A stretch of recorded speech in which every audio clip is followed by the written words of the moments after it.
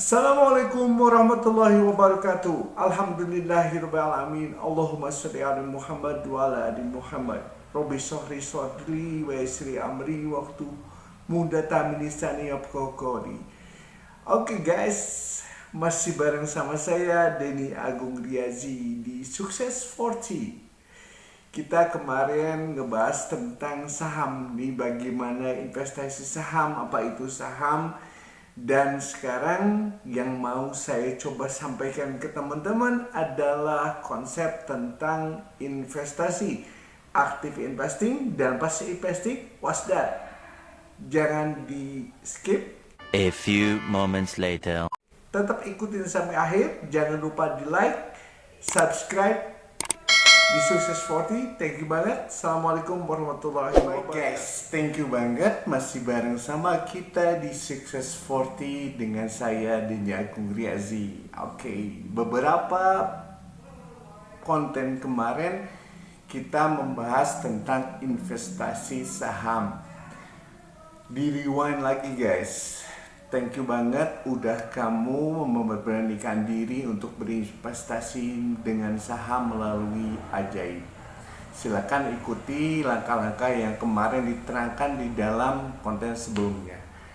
Dan kalau belum melihat bagaimana teknisnya, silakan kamu rewind lagi konten yang berisi Ajaib di isi sebelumnya. Nah, itu kategorinya guys disebut sebagai active investing. Jadi kenapa aktif? Walaupun misalkan ada dua sisi ya. Sisi yang pertama, kita menitipkan saham itu perusahaannya ada yang namanya staff atau yang namanya operasional perusahaan yang menjalankan usaha itu berjalan sampai dengan sekarang. Jadi itulah yang memberikan positifnya dari saham, karena posisinya si perusahaannya dijalankan dan nanti kita sebagai penanam modal akan diberikan berupa dividen yang memang dibagikan per tahun guys. Cuman kenapa disebut aktif? Karena yang kemarin sempat saya berikan informasi, kita harus benar-benar meneliti bagaimana sih yang namanya sekarang laporan keuangannya, analisis fundamentalnya itu adalah aktif guys. Jadi posisinya kita harus melihat perbandingan atau rasio dari laporan keuangan, grafik pertumbuhan nilainya, baru memutuskan untuk menjual. Dan sebelum membeli pun kita harus mentransfer sejumlah uang ke rekening dana nasabah atau RDN di perusahaan efek tersebut. Nah, ini adalah active investing guys. Yang sekarang titik beratnya yang mau saya jelaskan. Kalau misalkan belum begitu paham tentang active investing atau laporan keuangan perusahaan, silakan untuk menyertakan pemodalan kalian dalam bentuk passive investing. What's that? Oke, salah satu passive investing yang saya senang banget itu adalah reksadana guys. Udah familiar sama reksadana? Oke, sebelumnya reksadana itu hanya bisa disebut sebagai tabungan ataupun misalkan sama juga penyertaan dengan modal saham, karena reksadana itu ada 3 guys: reksadana pasar uang, reksadana saham, dan reksadana obligasi. 4 sebenarnya. Ada satu lagi, reksadana pendapatan tetap. Nah, dari sekian banyak produk kita ngebahas satu persatu guys. Reksadana saham yang memang nanti kamu bisa beli di dalam Ajaib juga ada reksadana, dan memang nanti dilihat juga A few moments later.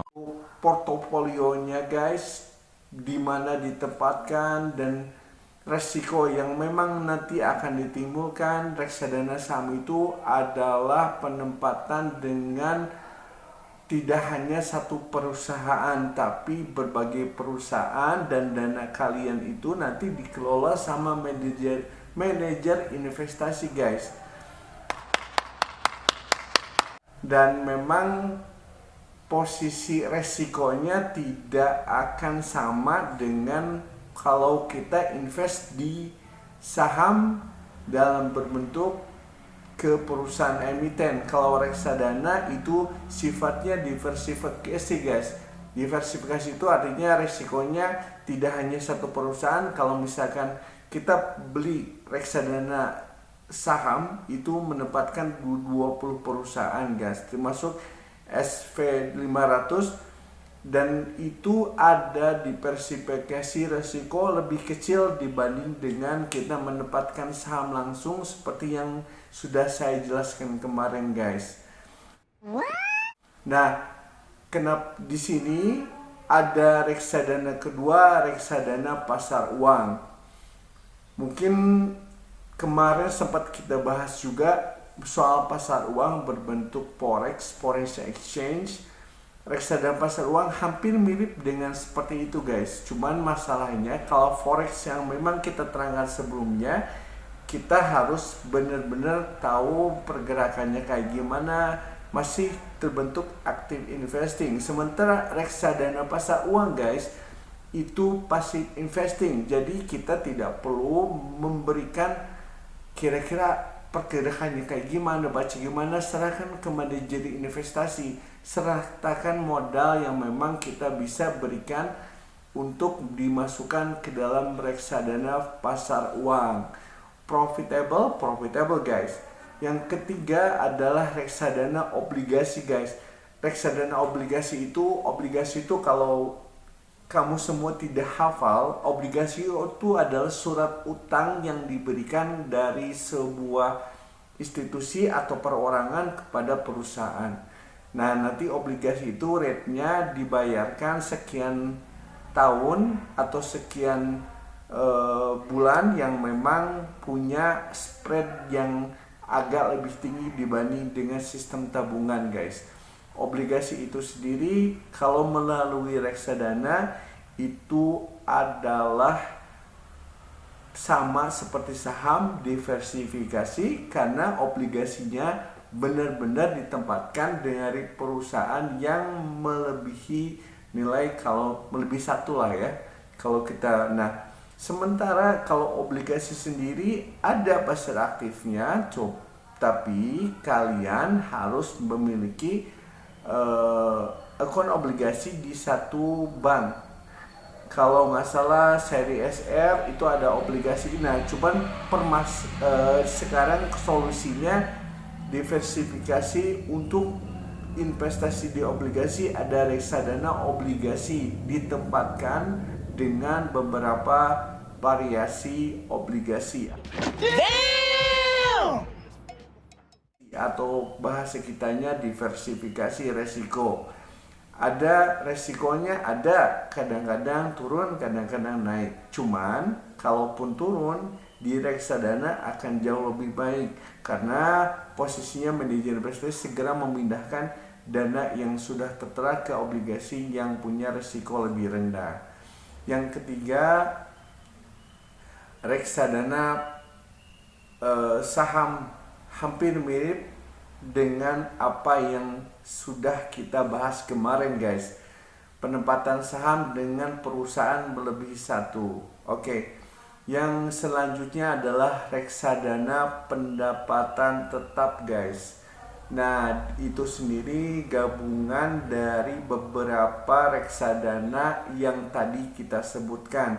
Misalkan dia reksadana pendapatan tetap dari perusahaan manajemen aset tertentu, misalkan sekian persen dari reksadana saham, sekian persen dari reksadana pasar uang, sekian persen dari obligasi. Nah, itu namanya reksadana pendapatan tetap guys. Baik, perusahaan yang memang mengeluarkan penjualan reksadana, mungkin kamu sudah tahu semua. Pertama, kita bisa melakukan pendaftaran di Bibit, nanti coba saya cantumkan. Silakan untuk mengikuti reksadana dan daftar dengan kode referral yang saya berikan guys. Di sebelah kanan kode referral, jangan lupa cantumkan di dalam aplikasi. Kenapa? Karena kamu nanti dapat yang namanya reksadana gratis. Baik, kedua, kamu bisa mendaftarkan reksadana melalui aplikasi Ajaib juga guys. Jadi nanti di Ajaib selain saham ada juga obligasinya yang bisa kamu ikutin.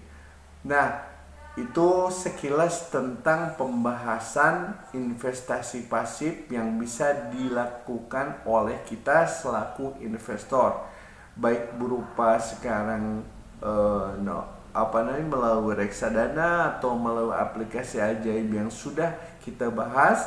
Silakan untuk mengikuti beberapa aluran investasi yang memang sudah saya berikan guys. Till it's cool, just cool. Itu perbedaan investasi aktif dan pasif.